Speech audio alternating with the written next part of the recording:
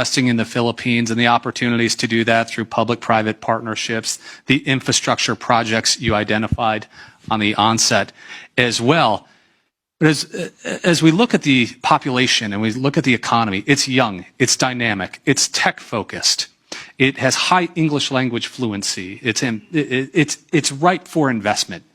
What is your message to investors in this room, those watching us from around the world, for how to invest in this next generation of Philippine companies that one day, selfishly, we hope will come here to the New York Stock Exchange to raise capital and to grow and expand and even do more things? What is your message to them, Mr. President?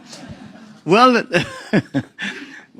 to achieve exactly what you are saying, at least to begin with. Yes, we certainly, when I'm asked why do you have such a bright view of the future, and my answer is always that there are 110 million Filipinos that are working towards the same goal. And that, I still believe, is our workforce is still our greatest asset.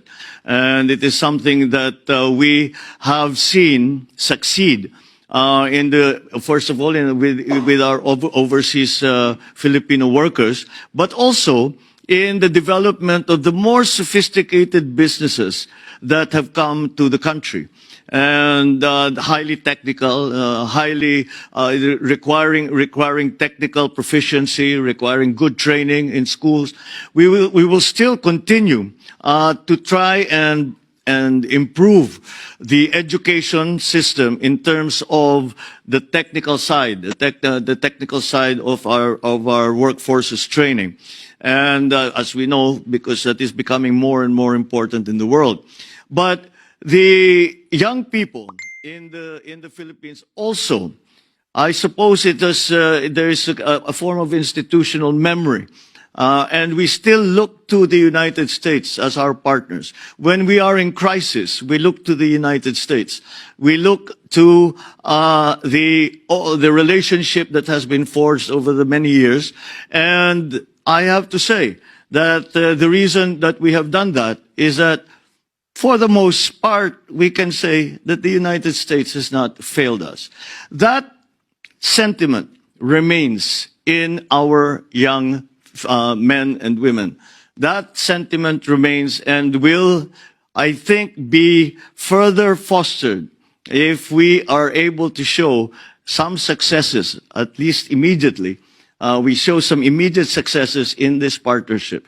And that will galvanize our young people to continue to work in that direction. That, I think, is something that will come naturally if we are able to do all of the things that we are hoping to do to transform the economy, to adjust now. We are, I believe, the youngest country in Asia. And with the graying of other countries around the region, this gives us an advantage in terms of, I suppose, the population dividend. It has been referred to before.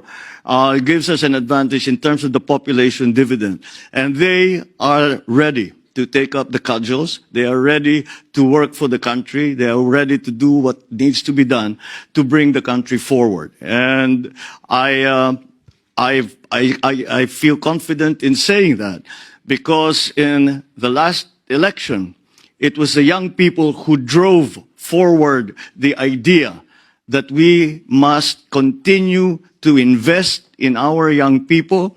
We must continue to train them properly. We must continue to make them competitive anywhere in the world, but most hopefully in the Philippines with our partners and with our allies.